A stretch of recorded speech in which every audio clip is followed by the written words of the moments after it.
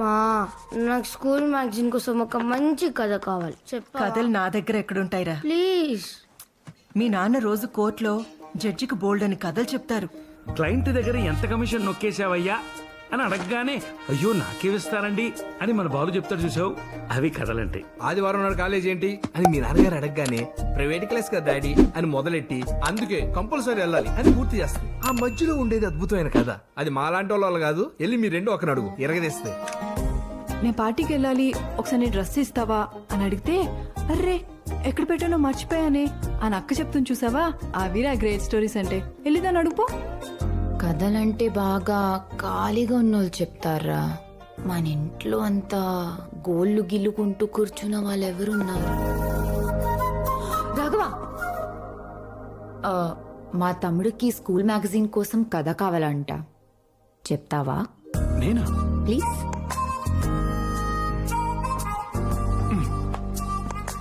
ఒక cute family, అమ్మ నాన్న అక్క చెల్లి. ఈ అక్క ఒక అబ్బాయిని లవ్ చేసింది, కానీ ఆ అబ్బాయికి చెల్లికి కెమిస్ట్రీ కుదిరేసింది. ఇప్పుడు ఈ చెల్లెలు ఇంకో వేరే ఎవరితోనో ఫిజికల్ గా ఇన్వాల్వ్ అయిపోయింది. రాఘవా, కెమిస్ట్రీ ఫిజిక్స్ లేకుండా కథ చెప్పలేవా? ఏదైనా కథ చెప్తే మనదే ఉండాలి. మనది. చోటు ఒక కథ చెప్తా, రాసుకో. ఓకే. ఈ కథ పేరు మొండి కత్తి. అనగనగా కోసల అనే రాజ్యం ఉండేది. ఆ రాజ్యానికి నాగార్జునుడు రాజు. పక్కనే ఇంకో రాజ్యం ఉంది. ఆ రాజ్యం పేరు పాంచాల దేశం.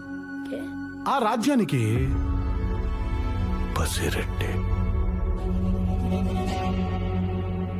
బసవేశ్వరుడు అనేవాడు రాజుగా ఉండేవాడు. ఈ రెండు రాజ్యాలకి గత 30 సంవత్సరాలుగా ఒక సుదీర్ఘమైన యుద్ధం జరుగుతోంది. నాగార్జునుడు గురుకులం పూర్తి చేసుకుని తిరిగి వస్తున్న అతని కొడుకు రాఘవుడిపై రెండు రాజ్యాలకి మధ్యలో ఉన్న తపతీ నది వంతెన దగ్గర పాంచాల దేశపు సైనికులు దాడి చేశారు. ఆ దాడిలో రాఘవుడి తండ్రి నాగార్జునుడు మరణించాడు. కానీ రాఘవుడు తన ఒంటిపై పడాల్సిన కత్తిని సగానికి విరిచి మొండి కత్తితో తపతీ నదిని దాటి అక్కడే దగ్గరలో గట్టి పొదల్లో ఉన్న బసవేశ్వరుడి కంఠంలో ఈ మొండి కత్తిని దించాడు. రక్తం,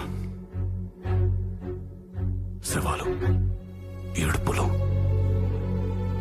యుద్ధం తర్వాత కనిపించే దృశ్యాలివే. తన తర్వాత తరాలకి దుస్థితి పట్టకూడదని రాఘవుడు పార్టీ పెద్ద అదే తన దేశపు మంత్రితో మాట్లాడి రాజ్యాన్ని కత్తిని వదిలేసి వెళ్ళిపోయాడు. యుద్ధం ఆపాలంటే అవతలి దేశపు మంత్రితో మాట్లాడాలి కదా. మనల్ని ఇష్టపడే వాళ్ళని ఒప్పించకర్లేదు, మనతో గొడవ పడే వాళ్ళని ఇష్టపడక్కర్లేదు. సో ఈ స్టోరీలో హీరో తన వాళ్ళని లవ్ చేయాలి, అవతలి వాళ్ళని కన్విన్స్ చేయాలి.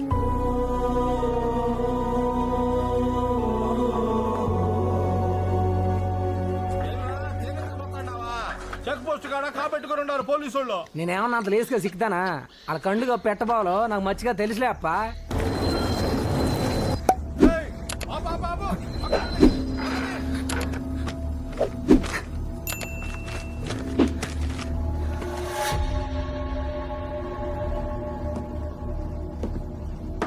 యానిచ్రా బుక్కరేసవంతులు ఏముండదు నీ కాడ?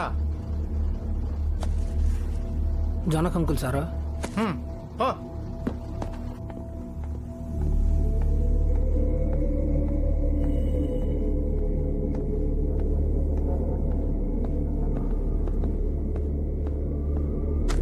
గురుగారికి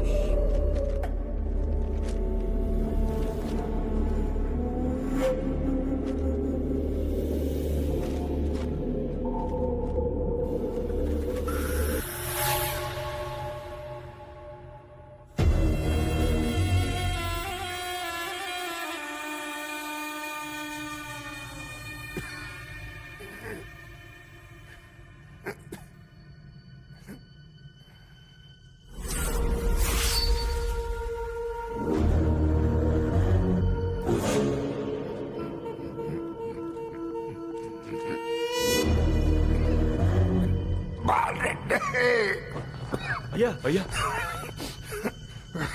బాలరెడ్డి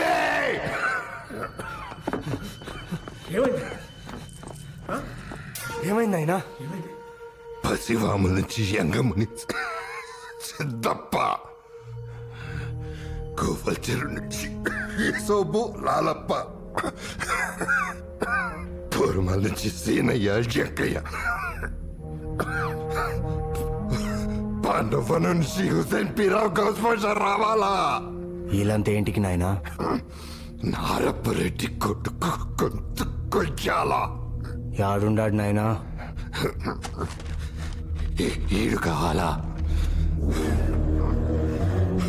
ఈడికి మనకు తెలుసు.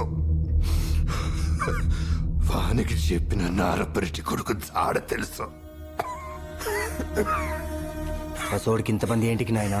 వీని పట్టుకోగానే వాడు బయటపడతాడు బాలరెడ్డి. ఏం మనం సాలమా? ఆ రోజు 50 మంది ఉన్నాం. చాలామా? వాడు కత్తి తీరని ఒళ్ళు లేదు, నెచ్చినోడిని మనిషి లేడు. ఆ బుద్ధివాడిని చూస్తా అంటే సాగు సొక్క లేకుండా తిరగన్నట్టు బాలరెడ్డి. అందుకే తరికలేరు కాడ వాని ఉమారం చూడనాళ్ళకి కావాలా. వాడిని గుర్తుపట్టడానికి ఓబడం, మొట్టబెట్టడానికి వాళ్ళు కావాలా.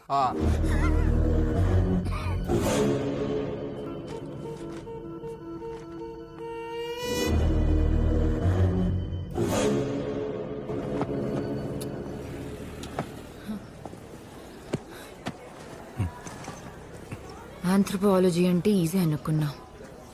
కాదు, ఇది బయాలజీకి బాబు, సైకాలజీకి మొగుడు.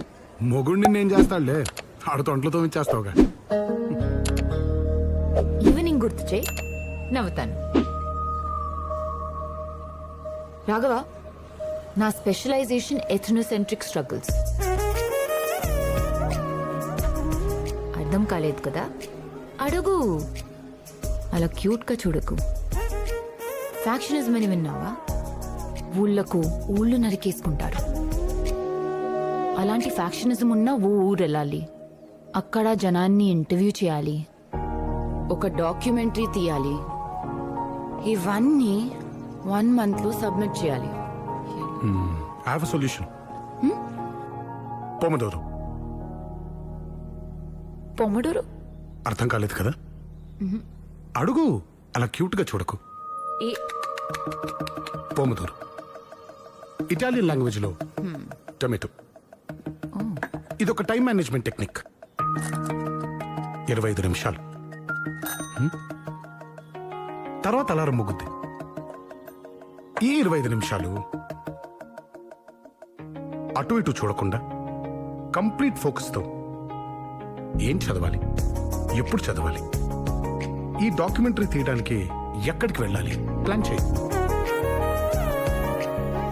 ప్లాన్ చేస్తే సరిపోదు, రాయి.